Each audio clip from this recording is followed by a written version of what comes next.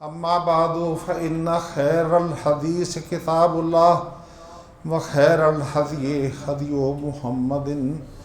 صلی اللہ علیہ وآلہ وسلم وشر الامور محدثاتها وکل محدثۃ بدعہ وکل بدعۃ ضلالہ وکل ضلالۃ فی النار۔ اعوذ باللہ السمیع العلیم من الشیطان الرجیم، بسم اللہ الرحمن الرحیم۔ یا ایہا الذین آمنوا قوا انفسکم واہلیکم نارا وقودها الناس والحجارۃ علیہا ملائکۃ غلاظ شداد لا یعصون اللہ ما امرہم وَيَفْعَلُونَ مَا يُؤْمَرُونَ۔ صدق اللہ العظیم۔ آج رمضان کا 20واں روزہ ہے اور یہ تیسرا جمعہ ہے، اور اب جو رات آنے والی ہے وہ طاق رات ہے، اور اس میں نبی کریم صلی اللہ علیہ وآلہ وسلم نے صحابہ کرام کو لیلۃ القدر کی تلاش کا حکم دیا کہ ان طاق راتوں میں، یعنی 21ویں رات اور 23ویں رات، 25ویں رات یا 27ویں یا 29ویں، یہ طاق راتیں ہیں، ان میں لیلۃ القدر، اور جو لیلۃ القدر ہے اس کے متعلق اللہ نے پوری صورت اتاری ہے کہ یہ قرآن جو اللہ کا بھیجا ہوا ہے اور اللہ کا کلام ہے، انا انزلناہ فی لیلۃ القدر، اس قرآن کو ہم نے لیلۃ القدر میں اتارا ہے۔ اب اس کی جو توجیہ ہے کہ اللہ نے عرش پہ، آسمان دنیا پہ اتارا ہے، آگے علماء کرتے ہیں، لیکن میں تو بس اسی بات پہ ایمان رکھتا ہوں کہ اللہ نے اس کو عرش پہ اتارا، اور 23 سالوں میں پھر نبی کریم صلی اللہ علیہ وآلہ وسلم پر نازل ہوا۔ انا انزلناہ فی لیلۃ القدر وما ادراک ما لیلۃ القدر لیلۃ القدر خیر من الف شہر تنزل الملائکۃ والروح فیہا بإذن ربہم من کل امر سلام ہی حتی مطلع الفجر۔ تو آپ ماشاءاللہ بہت سے احباب پڑھتے ہیں، وہ سمجھتے ہوں گے کہ لیلۃ القدر جو ہے یہ ایسی برکت والی رات ہے کہ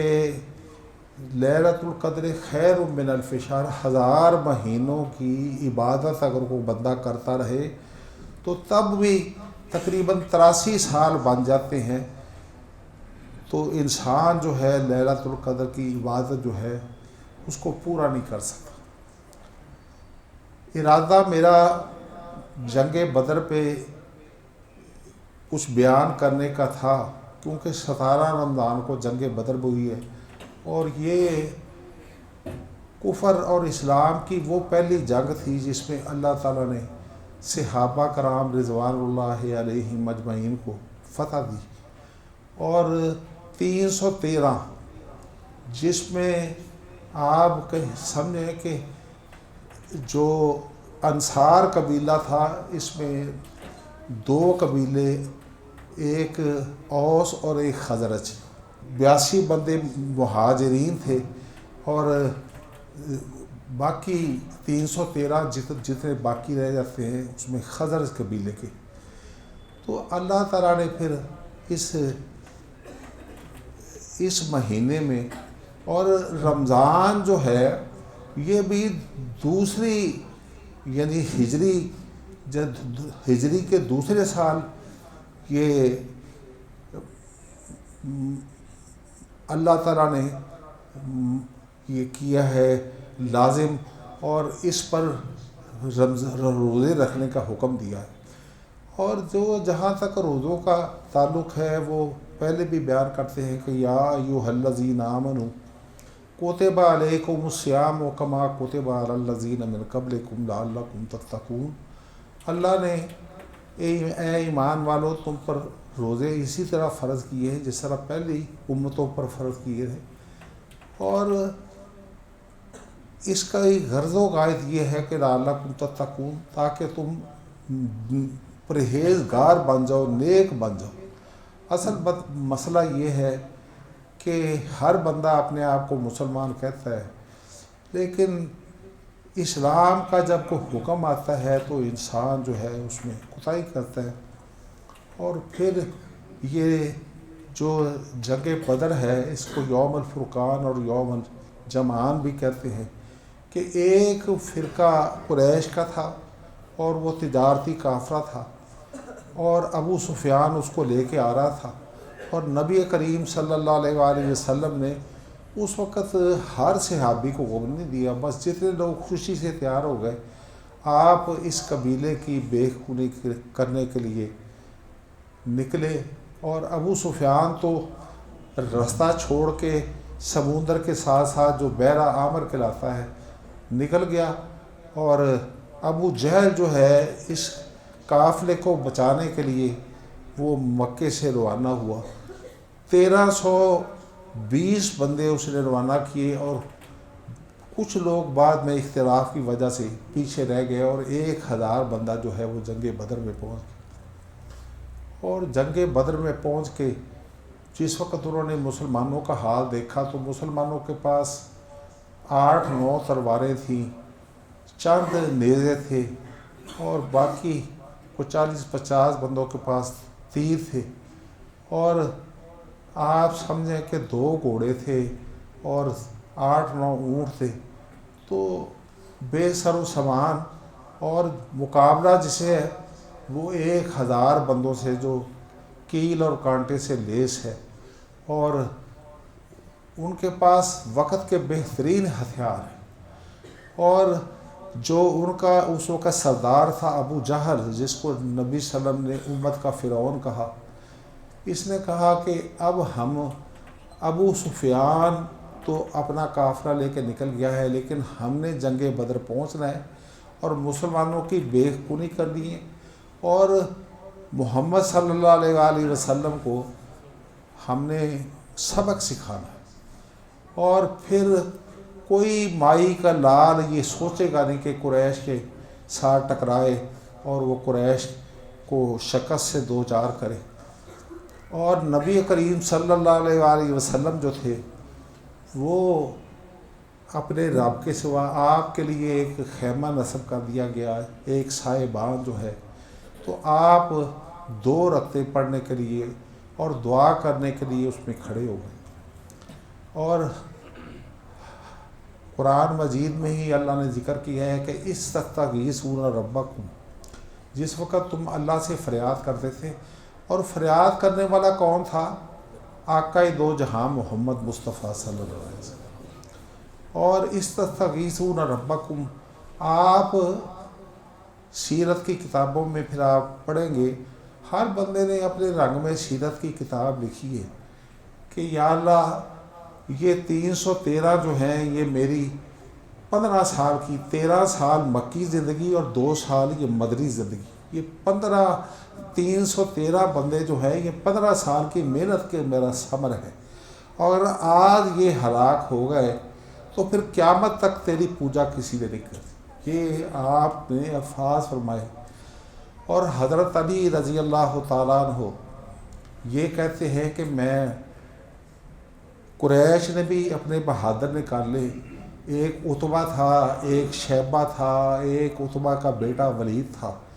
اور ادھر سے نبی صلی اللہ علیہ وسلم نے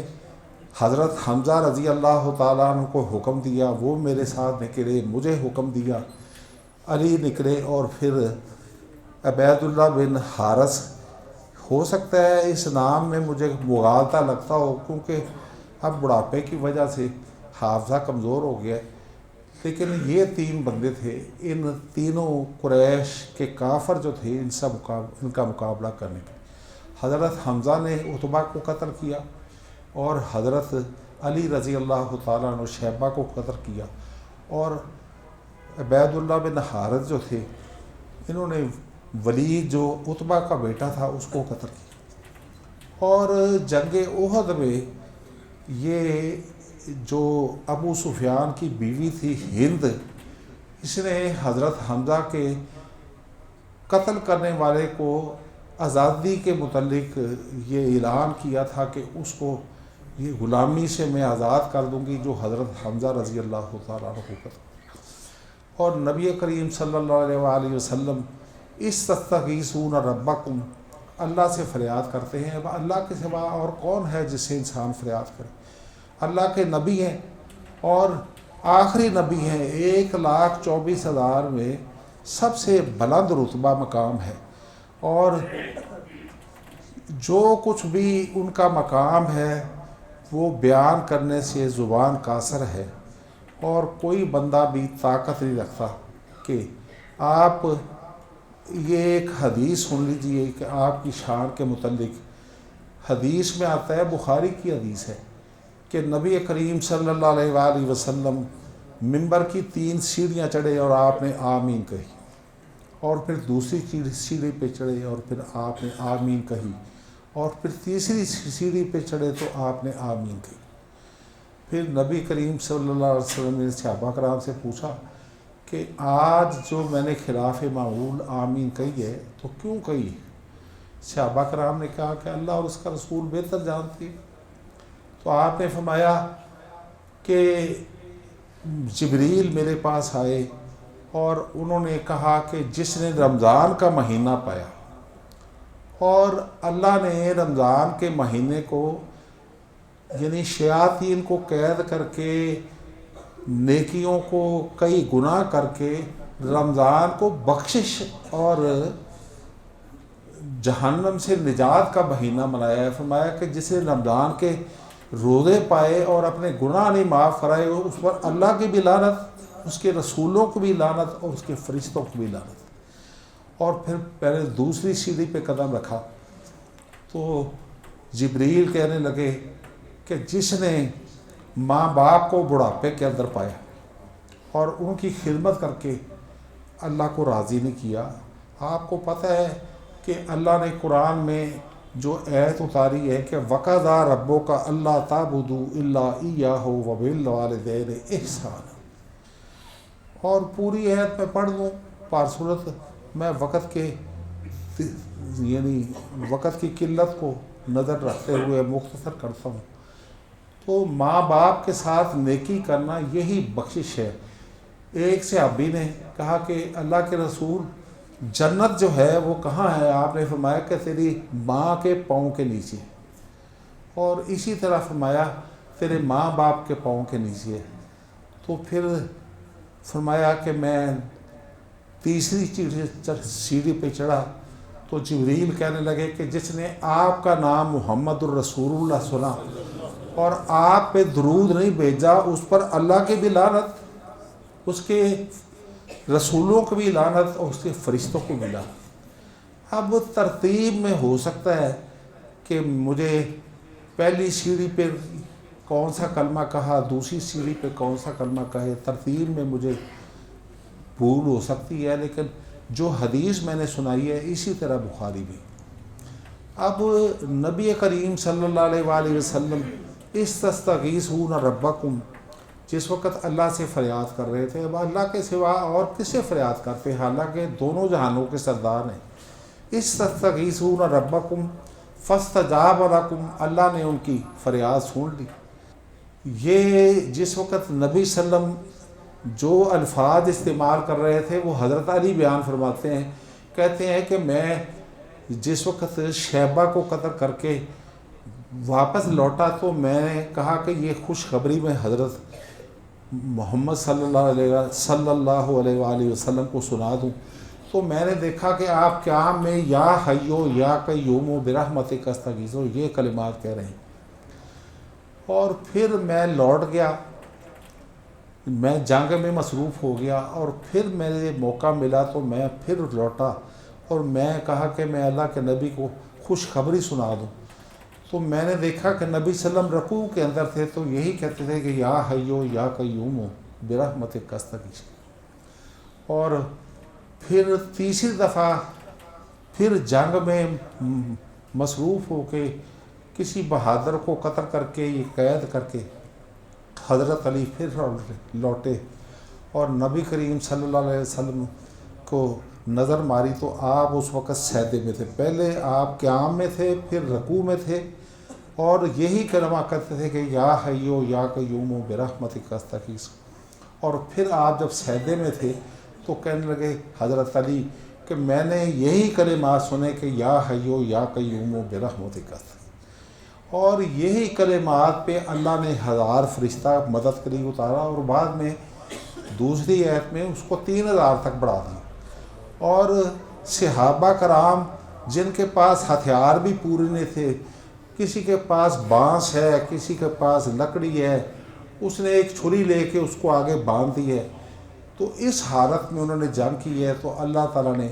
مدد فرمائی، فرمایا وما جعلہ اللہ الا بشریٰ ولتطمئن بہ قلوبکم وما النصر الا من عند اللہ۔ یہ 3000 فرشتے جو میں نے پہلے 1000 کہا تھا، انہوں نے تمہاری مدد نہیں کرنی، یہ تو اللہ نے تمہیں اپنی طرف سے خوشخبری سنائی ہے، مدد تمہاری اللہ نے کرنی ہے، اس کی مدد سے تم نے کامیاب ہونا ہے۔ اور آپ دیکھیں کہ صحابہ کرام کہتے ہیں کہ ہم ایک کافر کے پیچھے دوڑتے تھے تو ہمارے پہنچنے سے پہلے اس کا سر اتر کے وہ جا پڑتا تھا، اور اللہ تعالیٰ اپنی قدرت دکھاتا تھا۔ فرشتے جو تھے نبی صلی اللہ علیہ وسلم کو نظر آتے تھے، لیکن صحابہ کرام کو نظر نہیں آتے تھے۔ اب نبی کو اللہ نے نبوت کے ساتھ، یہ جس وقت نبوت ملی ہے تو حضرت خدیجہ جو نبی صلی اللہ علیہ وسلم کی پہلی زوجہ تھی، نبی صلی اللہ علیہ وسلم حضرت جبریل سے ملاقات کرنے کے لیے آئے، تو نبی صلی اللہ علیہ وسلم نے فرمایا کہ خدیجہ یہ جبرائیل ہیں،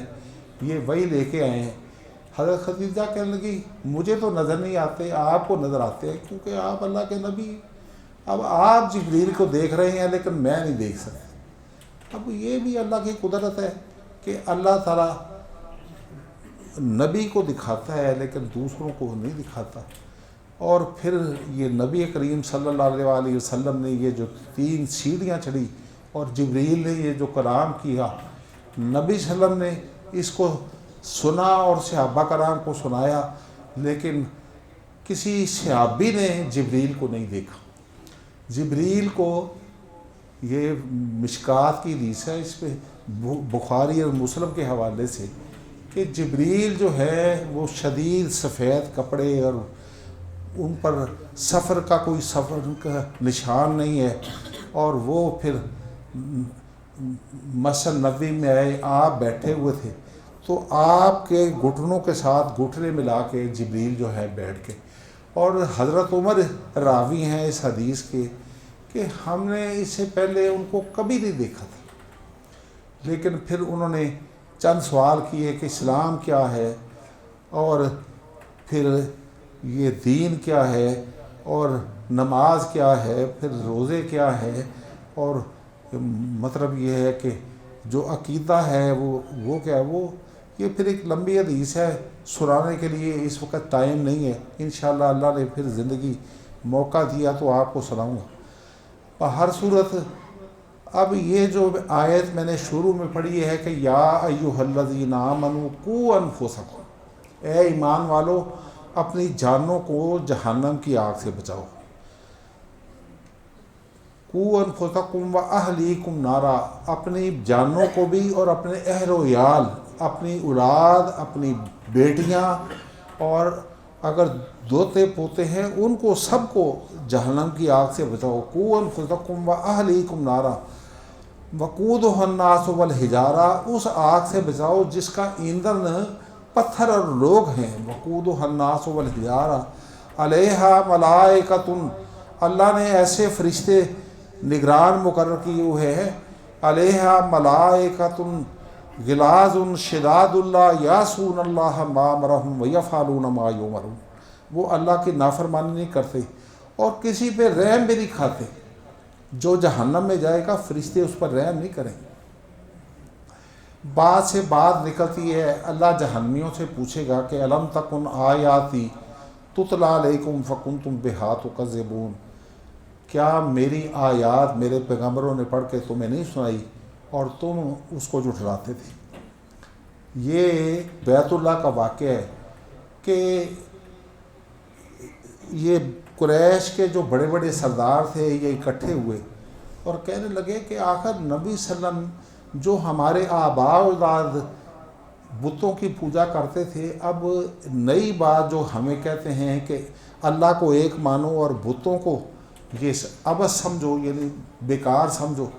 تو یہ ان کا مقصد کیا ہے یہ دعوت دینے کا؟ تو عتبہ جو ہے یہ جنگ بدر میں حضرت حمزہ کے ہاتھوں مارا گیا، تو یہ کہنے کا کہ میں جاتا ہوں نبی صلی اللہ علیہ وسلم سے پوچھتا ہوں، اور وہ نبی صلی اللہ علیہ وسلم کی خدمت میں آیا۔ آپ بیت اللہ میں تشریف فرما تھے، غالباً کوئی نفل نوافل پڑھ کے ابھی بیٹھے تھے، تو عتبہ کہنے لگا کہ اے محمد صلی اللہ علیہ وآلہ وسلم، آپ وہ بات کہتے ہیں جو ہمارے آباء اجداد بھی نہیں کرتے تھے، نسلوں سے ہم لوگ بتوں کی پوجا کر رہے ہیں، اور آپ کہتے ہیں کہ یہ بت جو ہے یہ پتھر ہے اور یہ نہ سن سکتے ہیں، نہ کچھ جواب دے سکتے ہیں، نہ آپ کی کوئی ضرورت پوری کر سکتے ہیں۔ آخر اس دعوت کا مقصد کیا ہے؟ اگر آپ چاہتے ہیں کہ آپ کو سرداری دے دی جائے تو میں ساری قوم کی طرف سے دعوت لے کے آیا ہوں، آپ کو اپنی قوم کا سردار بنا دیتا ہوں۔ اگر آپ چاہتے ہیں کہ آپ کے پاس مال سب سے زیادہ ہو تو ساری قوم جو ہے اپنا مال جمع کر کے آپ کو دے دیتی ہے، اور وہ آپ کے لیے جائز ہوگا، آپ اس کو جس طرح مرضی۔ اور اگر آپ چاہتے ہیں کسی خوبصورت اور اونچے خاندان کی عورت سے شادی کرنا تو آپ اس خاندان کی طرف اشارہ فرمائیے، تو میں اس کی ذمہ داری لیتا ہوں کہ میں آپ کی شادی کرا دیتا ہوں۔ تو یہ 3 پیشکش جو ہے عتبہ بن ربیع جو تھا اس نے پیش کی، اور کہا کہ آپ فرمائیے کہ آخر یہ جو آپ کہتے ہیں کہ یا ایھا الناس قولوا لا الہ الا اللہ تفلحوا، اے لوگو یہ کلمہ کہو لا الہ الا اللہ، کہ اللہ کے سوا اور کوئی الہ نہیں، یہ کلمہ کہہ کے تم تفلحوا، تم جہنم سے نجات پا جاؤ گے۔ وَتَمْلِكُوا لَكُمْ بِهِ الْأَرْضَ، یہ عرب 12 لاکھ مربع میل کا، یمن اور عمان اور UAE اور یہ سعودی عربیہ اور یہ کویت، یہ جزیرہ نما عرب 12 لاکھ مربع میل ہے۔ یہ عرب جو ہے وہ سارے تمہاری تابع داری کر لیں گے، یعنی جھک جائیں گے، جو تم کہتے ہو اس کو قبول کر لیں گے۔ یا ایھا الناس قولوا لا الہ الا اللہ تفلحوا، تمہارے ہمسائے میں کیسر اور کسریٰ کی حکومتیں، اور کسریٰ کی 10 ملکوں میں حکومت تھی۔ عراق جو 4 لاکھ مربع میل کا ملک ہے، ایران جو 8 لاکھ مربع میل کا ملک ہے، اور پھر افغانستان جو 2.5-3 لاکھ میل کا ملک ہے، پھر ازبکستان، تاجکستان، قازقستان، آرمینیا وغیرہ، اس پہ کسریٰ کی حکومت تھی۔ اور کیسر جو تھا اس کی بھی یہ روم سے بلانگ کرتا تھا۔ روم کہاں ہے؟ اٹلی میں۔ تو کسریٰ جو تھا وہ شام پہ بھی حکومت کرتا تھا، اور شام کا بھی اتفاق سے اتنا ہی رقبہ ہے، 4 لاکھ مربع میل۔ اور مصر اس کی بھی یہ عمر بن عاص نے فتح کیا تھا، یہ بھی 4 لاکھ مربع میل کا ملک ہے۔ اور جو ہے ترکی، یہ زیادہ تو ایشیا میں ہے، اور استنبول یہ سمندر کا ایک ٹکڑا ہے جو بلیک سی ہے، بحرہ اسود ہے، اس کو اور بحرہ مرمرہ کو ملاتا ہے، اور بحرہ مرمرہ پھر وہ بحرہ روم میں گر جاتا ہے۔ یہ جہاز چلتے ہیں، اور بحری جہاز، یہ بحرہ اسود جو ہے نا، اس کے ارد گرد تقریباً 15-20 ملکوں کی بندرگاہیں ہیں۔ آپ اگر جغرافیہ دیکھیں تو روس کی بھی بندرگاہ ہے، اس کے ساتھ کریمیا کی بندرگاہ بھی ہے، اس کے ساتھ یوکرین کی بھی بندرگاہ ہے، پھر جارجیا کی بندرگاہ ہے، آذربائیجان کی بندرگاہ ہے، پھر ترکی کی 3-4 بندرگاہیں ہیں، یعنی کو 15-20 ملکوں کی یہ بندرگاہیں ہیں۔ اور اب نبی صلی اللہ علیہ وسلم فرماتے ہیں کہ قولوا لا الہ الا اللہ، اگر تم یہ کلمہ کہو کہ اللہ کے سوا اور کوئی معبود نہیں، تفلحوا، ایک تو جہنم سے نجات پاؤ، تو عرب کے مالک ہو جاؤ، یعنی سارے لوگ جو ہیں وہ تمہاری فرمانبرداری کریں گے۔ بتدین الرقم بحل عجم و عجم جو کیسر اور کسرا ہیں جن کی 10 ملکوں پہ حکمرانی ہے وہ تمہاری رعایا ہو جائیں گے. جس وقت تمہیں موت آئے گی تو پھر جنت میں جو سب سے کم درجے کا جنتی ہے اس کو بھی اس زمین کا جو قطر ہے وہ 40,000 کلومیٹر ہے. 40,000. اگر امریکہ سے اگر آپ فیتا لگا کے پھر ساری دنیا کو پیمائش کریں تو زمین کا قطر جو ہے وہ 40,000. اور سب سے جو کم تر درجہ ہوگا جنتی کا اس کو بھی 10 گنا زیادہ جنت میں جگہ دی جائے گی. اور یہ پھر بخاری کی حدیث ہے کہ ایک شخص بہت شور شرابہ کرے گا جہنم میں، ہوگا مسلمان لیکن کوتاہی کرتا ہوگا، نماز خشوع خدا، کیونکہ نماز کو خشوع اور خضوع کے ساتھ نہ پڑھا جائے تو پھر اس کا فائدہ کوئی نہیں. یہ سورت مومنون جو ہے 18واں سپارہ، قد افلح المومنون، نجات مومنوں نے پانی ہے. الذین هم فی صلاتہم خاشعون، جو اپنی نمازوں میں خشوع خضوع کرتے ہیں. ایک شخص صحابی تھا نبی صلی اللہ علیہ وسلم کا، اس نے یہاں ہمارے جو بھائی ہیں حنفی دوسرے وہ کرتے کیا ہیں، رکوع میں جاتے ہیں تو ابھی صحیح طور پہ رکوع یعنی صحیح طور پہ جھکتے نہیں اور سر اٹھا کے کھڑے ہو جاتے ہیں اور پوری طرح سیدھا نہیں ہوتے، ایک دم سجدے میں چلے جاتے ہیں اور پیشانی زمین کو چھوتے نہیں، تو پھر وہ جلسے میں بیٹھ جاتے ہیں اور پھر جلسے سے پھر سجدے میں چلے جاتے ہیں. ایک صحابی نے اسی طرح نماز پڑھی، نبی کریم صلی اللہ علیہ وسلم نے اس کو بلایا، کہا کہ صلی انک لم تصلی، نماز پڑھ، تو نے نماز پڑھی نہیں. آپ نے اس کے اس طرح نماز پڑھنے کو کہا، تو نے نماز ہی نہیں پڑھی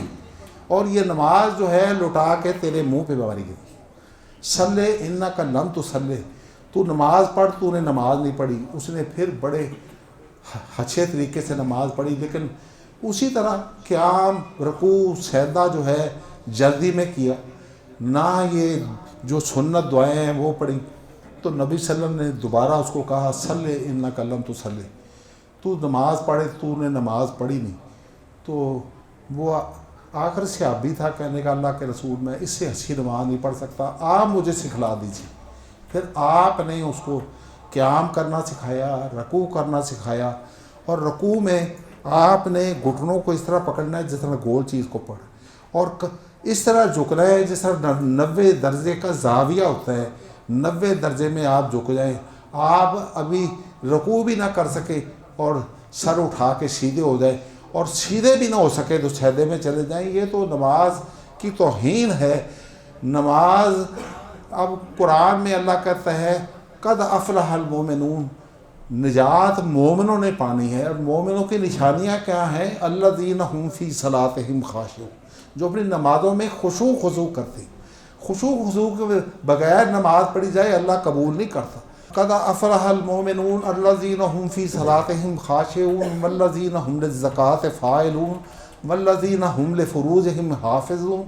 الا علی ازواجہم او ما ملکت ایمانہم فانہم غیر ملومین فمن ابتغى وراء ذلك فاولئک هم العادون. پھر مقصد یہی ہے کہ میں وضاحت کے ساتھ ترجمہ کروں. اب دوسری آیت تو ہے کہ زکوٰۃ جو دینے والے ہیں وہ جنت میں جائیں گے اور وہ جنت میں اس کے بغیر نہیں جائیں گے. اور میں نے ایک آیت پڑھی تھی کہ اللہ تعالیٰ جہنمیوں کو جھانکے گا اور کہے گا کہ الم تکن آیاتی تتلی علیکم فکنتم بہا تکذبون، کیا میری آیتیں میرے نبیوں نے پڑھ کے تمہیں نہ سنائی اور تم ان کو جھٹلاتے تھے. تو اب کوئی شخص جھوٹ تو بول نہیں سکے گا. الیوم نختم علی افواہہم وتکلمنا ایدیہم، ہاتھوں نے کلام کرنی ہے، وتشہد ارجلہم، پیروں نے کلام کرنی ہے، اور انسان کی جلد نے کلام کرنی ہے. اور اللہ کہے گا کہ الم تکن آیاتی تتلی علیکم فکنتم بہا تکذبون، میری آیات تمہیں پڑھ کے نہ سنائیں گے تو کہیں گے ربنا غلبت علینا شقوتنا وکنا قوما ظالمین، یعنی اعتراف کریں گے یا اللہ ہماری بدبختی جو تھی وہ ہم پہ غالب آ گئی. ہم نبیوں کی آیتیں قرآن مجید کے حکم اور دوسرے سنتے رہے لیکن بدبختی کا شکار رہے، ہم نے تیری عبادت ہی نہیں کی اور بتوں کی اور پیروں کی اور قبر والوں کی ہم زیارتیں کرتے رہے اور ان کی عبادتیں کرتے رہے اور کہتے رہے کہ یہ نیک لوگ ہیں، ہماری ہؤلاء شفاعؤنا عند اللہ، اللہ کے پاس ہماری سفارش کریں گے، اور ساتھ یہ عقیدہ رکھتے تھے ما نعبدہم الا لیقربونا الی اللہ زلفیٰ، ہم تو ان کی عبادت نہیں کرتے، ہم تو صرف اس لیے کہ ان کے ذریعے اللہ کا قرب حاصل کریں۔ ایک یہ بھی بخاری کی حدیث ہے نا، ایک فاحشہ عورت میں پیاس لگی، وہ کنویں میں اتری اور وہاں اس نے پانی پیا، باہر نکلی تو اس نے دیکھا کہ کتا جو ہے وہ گیلی مٹی کو چاٹ رہا ہے۔ اب وہ فاحشہ عورت کہ جس کا پیشہ ہی بدکاری کر رہا ہے، اس نے کہا کہ یہ ایک جگر رکھنے والا ایک جانور ہے، تو وہ موزہ جو ہے اس کو پکڑ کے دانتوں میں پھر اتری اور اس کتے کو پانی پلایا اور اللہ نے اس کو بخش دیا۔ فاحشہ اور بدکار عورت۔ اور اللہ قرآن مجید میں فرماتا ہے 5واں سپارہ اور اس کی آخری آیت، ما یفعل اللہ بعذابکم ان شکرتم و آمنتم وکان اللہ شاکرا علیم۔ اللہ نے جہنم کو بھی بھرنے کا وعدہ کیا ہے اور جنت کو بھی بھرنے کا وعدہ کیا ہے، اور جنت میں جو سب سے کم تر ہوگا اس زمین سے 10 گنا زیادہ اس کو زمین ملے گی، اور جو کچھ باقی نعمتیں ہیں میرے پاس وقت نہیں ہے کہ میں آپ کو سنا سکوں۔ اب اللہ تعالیٰ جب یہ پوچھے گا کہ الم تکن آیاتی تتلی، کہے گے ربنا غلبت علینا شقوتنا وکنا قوما ظالمین ربنا اخرجنا منہا فإن عدنا فإنا ظالمون۔ ایک دفعہ جہنم سے نکال دے، اگر ہم پھر تیری نافرمانی کریں تو فإنا ظالمون۔ اور حدیث میں آتا ہے 1000 سال وہ انتظار کرتے رہیں گے، اور 1000 سال کے بعد جنت کا جو نگہبان ہے، دروغہ ہے، وہ مالک، وہ کہے گا انکم ماکثون، تم نے جہنم میں رہنا ہے، اب تم نے دوبارہ دنیا میں جا کے عمل کرنے کا پھر اللہ نے موقع نہیں دینا۔ زندگی ایک ہی دفعہ ملتی ہے اور عمل کا موقع بھی ایک دفعہ ملتا ہے، اور اگر اللہ تعالیٰ نے تمہیں اب جہنم میں پھینک دیا تو اب تم نے ہمیشہ ہمیشہ کے لیے جہنم میں جائے۔ اللہ تعالیٰ ہمیں یہ جو روزے ہیں ان میں عمل صالح کرنے کی توفیق عطا فرمائے اور ہمارے اعمال جو ہیں وہ قبول فرمائے۔ وآخر دعوانا الحمد للہ رب العالمین۔